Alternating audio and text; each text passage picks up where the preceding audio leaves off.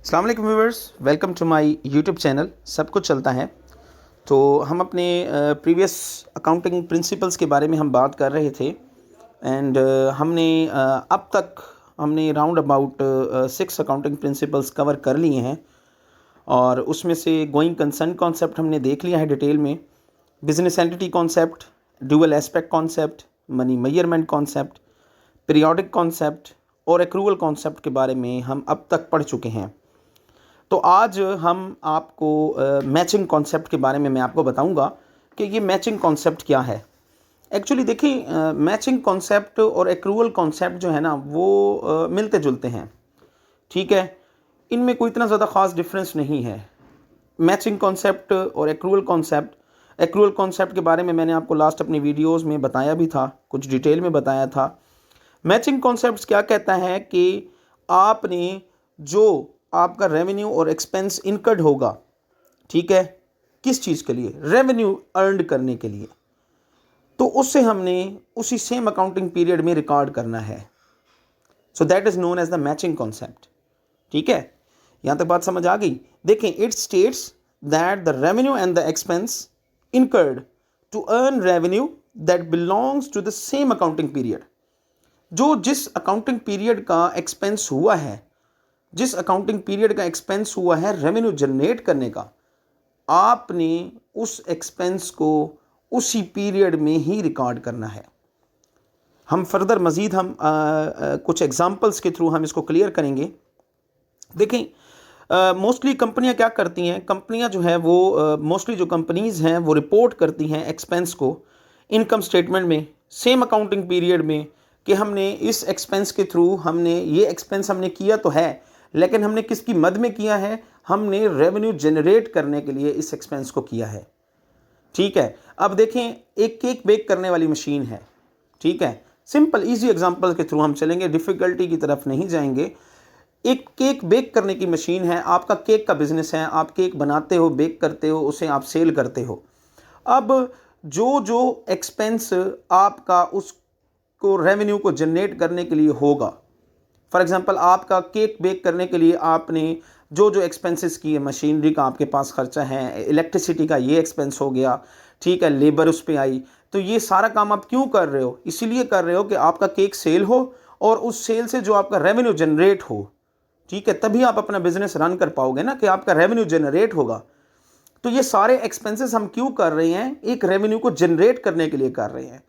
तो जो जिस पीरियड में आपने एक्सपेंस को किया है, आपने उसे उसी पीरियड में ही लिखना है, उसी रेवेन्यू के अगेंस्ट आपने लिखना है कि मैंने लेट्स सपोज मैंने एक केक बेक कर लिया, अब मैंने इसे सेल करना है, ये सेल हो गया, लेकिन एक्सपेंस तो पहले हो गए ना मेरे, तो मैंने एक्सपेंस को वहां पे रिकॉर्ड कर लेना है उसी अकाउंटिंग पीरियड में। मैचिंग कॉन्सेप्ट और एक्रूवल कॉन्सेप्ट ये बड़े मिलते जुलते कॉन्सेप्ट्स हैं। मैचिंग एक्रूवल भी हमने बात भी इस बारे में की थी, एक्रूवल कॉन्सेप्ट भी यही कहता है जो जिस पीरियड का एक्सपेंस है उसी पीरियड में रिकॉर्ड करना है। लेकिन यहाँ पे डिफरेंस ये है कि जो जिस पीरियड का एक्सपेंस है, रेवेन्यू जनरेट करने के लिए जो एक्सपेंस आपका हुआ है, आपने उसे रिकॉर्ड करना है उसी पीरियड में, ठीक है। सम ऐसे एक्सपेंसेस होते हैं जिनके थ्रू हम रेवेन्यू जनरेट नहीं कर पाते, ठीक है। तो अब क्या हो गया, ये हमारे पास that a company should report an expense in the income statement in the same period it earns the revenue, ठीक है, पहली बात। दूसरी बात ये that this concept should be followed while preparing financial statement to have a true and fair view of the profitability and financial position of the businesses। ये concept जो है फॉलो करता है किसको, आपने जब फाइनेंशियल स्टेटमेंट्स बनानी है ना, जब आप फाइनेंशियल स्टेटमेंट जब आप बनाते हैं, ठीक है, तो इनकम स्टेटमेंट जो है वो आपको फाइनेंशियल पोजीशन बताती है कि इस टाइम आपकी कंपनी किस पोजीशन पे खड़ी है, किस बेस पे खड़ी है। ये मैं अपनी वीडियो में डिस्कस कर चुका हूँ। इनकम स्टेटमेंट, फाइनेंशियल स्टेटमेंट्स मैं लास्ट वीडियोस में पढ़ा चुका हूँ, तो वहाँ से भी आप देख सकते हैं।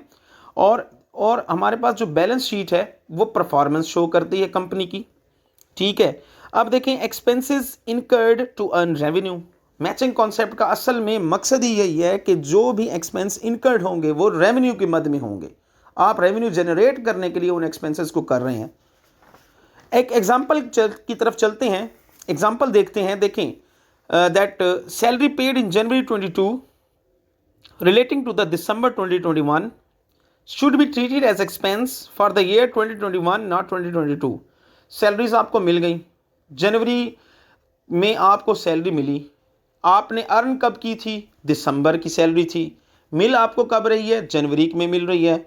आपने उसे जनवरी में रिकॉर्ड एक्सपेंस ट्रीट नहीं करना। इस चीज़ का ख्याल रखना है कि उस चीज़ को आपने जनवरी 2022 की फाइनेंशियल स्टेटमेंट में आपने उसको एक्सपेंस ट्रीट नहीं करना। वो आपका एक्सपेंस है दिसंबर 2021 का। बात समझ आ गई? I hope that it is clear to you all that expenses you should not record that expense in the year 2022 because it incurred in the year 2021, so you will have to record that expense in 2021. Understood?